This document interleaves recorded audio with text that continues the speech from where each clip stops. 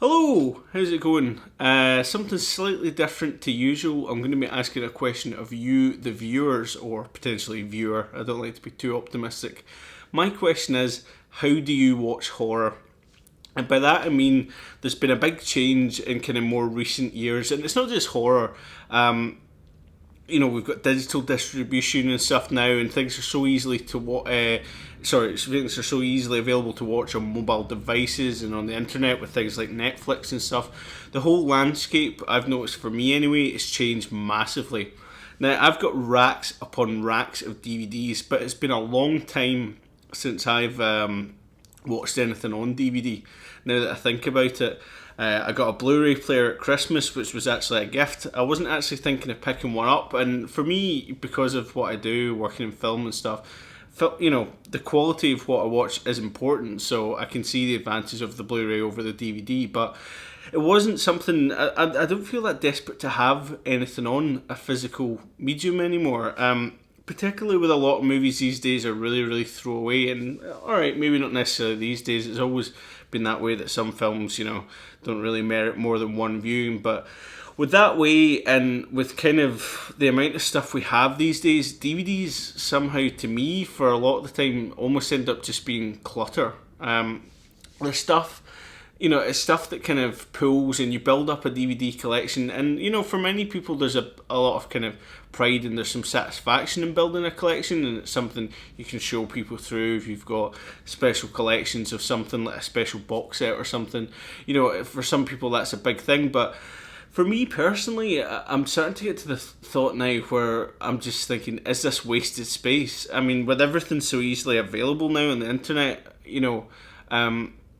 is there as much point in still having the DVDs, And that gets down to, like I was asking in the thing, how you watch content. Now, for me anyway, I always prefer to watch it as best as I can.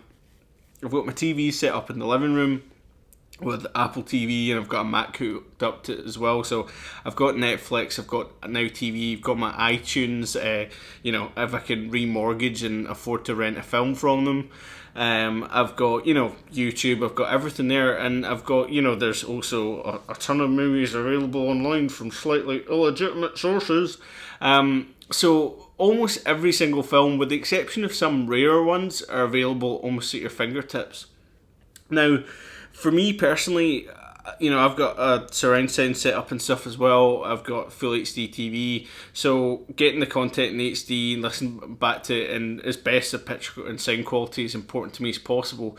And I think that's important to horror movies for a lot. Some movies are crafted in such a way that you've got to be really immersed. The sound's got to be good. You've got to be watching it on a big enough picture that you can purely focus on it and get into the atmosphere. Something like Pan's Labyrinth, for example, is a film that's kind of beautifully crafted, and then, although it's not purely horror, there's a lot of elements to it that are, and you can tell that there's so much kind of craftsmanship, kind of ingenuity and ideas, I guess, been put into this movie that it almost seems a shame to watch it on anything other than a decent TV or at the cinema. And that's kind of one of the things you notice now. A lot of people have got mobile devices like phones and stuff like that, iPads too. I'll admit I do watch movies quite often on my iPad or stuff on Netflix, but when I do, I almost always use headphones, because in that way you're almost, you're still getting immersed from the point of view, you're still getting a decent sound quality and you're encapsulated with it because for the most part it's going to be blocking out the outside sounds. So that to me is quite important, but I know a lot of people are different. There was a time a while back where Michael berated Alan because he watched a horror movie. They were going to review a double feature on his DS, and I can understand, for someone on the go, having it on your phone defunct Nintendo handheld device is probably a fairly handy way of viewing it, but in many cases you're probably not giving the film the justice it deserves. A classic like The Exorcist, where you've got a really kind of tingling soundtrack as well, fantastic pictures, some fantastic set pieces like the final stairs stuff. That's something that lends itself to either at the cinema or watching at least on TV. Another classic example, a film I've probably seen one of the most at the cinema would be Alien. I've seen that multiple times at the cinema, and I have to say, every single time you go, assuming it's a good quality print and everything, it's so much more immersive at the cinema. And there are certain films that deserve to be seen that way. You know, you don't get the full impact of them otherwise. You just need to look at the final sections of the film where the self-destruct's going and everything, and it's so immersive, there's so much going on, and because you've got the higher quality sound, the larger picture and everything, it does bring you in.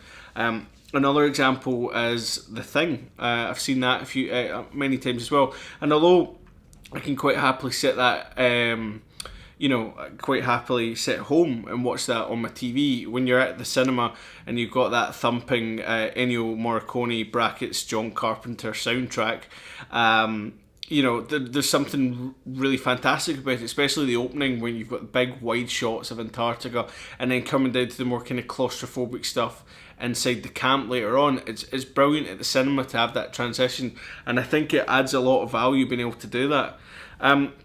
Funnily enough, in terms of what I was saying, I've actually got, me and Alan quite a while back started a Laserdisc collection, and Laserdiscs are a really interesting format, and I think they're brilliant for collectors. You've got something about the size of a record, you've got a massive sleeve with it as well, and there's great artwork and everything on it as well. Fair enough, quality wise, for the most part, it's about DVD quality or under these days. Particularly, they actually are... the silver foil on it's actually susceptible to degradation over time. So although it's weird, it's like, you know, it's nothing like VHS, but it's also analog. It's science. It's high tech science. They're actually a brilliant thing for collectors because they've got the great covers and everything. You've got multiple sleeves. That's really something that's interesting. So I can see the merit of collecting that. So that's one thing I wanted to ask you guys, you know, do you still regularly buy DVDs? Is DVDs your prime way of watching it? We've done a few giveaways now where we've given DVDs away to people. We've got a few more coming up, and we're actually looking at giving away some Blu-rays too. So that's a question as well, you know, if we give something like that out, who actually owns Blu-ray players to watch it back? I know some people... have got, like, you know, games consoles now that have got Blu-ray drives built in, and for some people that's maybe a byproduct of just owning that console, that suddenly they've got this Blu-ray playback. So yeah, that's something I wanted to ask you guys. Do you guys, you know, how do you watch it? Do you mainly find yourself on the computer now, or, you know, if there's a movie you particularly like, will you go into your collection and pick out a DVD and do it that way? How do you do it? There's a few movies that I've been lent by Michael, for example. Examples would be Whistling I'll Come to You, the kind of classic BBC ghost story by Mr. James, or Mr. James as Michael likes to call him. And that's probably something that's quite difficult to source online, I would imagine. I believe the DVD was rare for some time, which I got an absolute bollocking from Michael because I think he lent it to me and something got spilled on it. But you know, these things happen. Friends forgive each other. That's what's important. But for a while it was very kind of rare and quite valuable, I think. And then a new version was released, so the price went down. So ultimately can't hold a grudge on me anymore. So that's one thing. That's, you know, with some of these kind of maybe classic horror movies, you'll really struggle to find a copy online. Classic examples would be London After Midnight, which is so rare that there isn't any copies at all. No, that's a bad example. It's just a joke. I'm sure it is London After Midnight. I'm going to look stupid. I'm sure that was the one that was destroyed. Should have done some fact checking. Anyway, let us know in the comments below, how do you guys like to watch your horror movies? Do you watch it mainly online these days? Do you dig up your DVDs? Or do you even pick up VHS sometimes? Like, is there a VHS you used to watch as a kid and you would walk back to it because there's some nostalgia attached to it? Because I want to know from kind of multiple points to kind of contrast with what we're doing. And it's interesting for us as well because we're making horror movies now. We've never had a physical release, so to speak. We've been talking about the idea of potentially making like a VHS for a joke and stuff like that. But, you know, we're probably living in an era now where everything we do will be released digitally only. And I just wonder what people thought about that, and how people watch their movies now, and whether they are starting to think like me that perhaps these shitloads of DVDs now are just taking up space, and they're perhaps not quite as they don't quite have as much of a place in the world as they once did. So leave us a comment below, and I'm going to stop rambling. Peace out.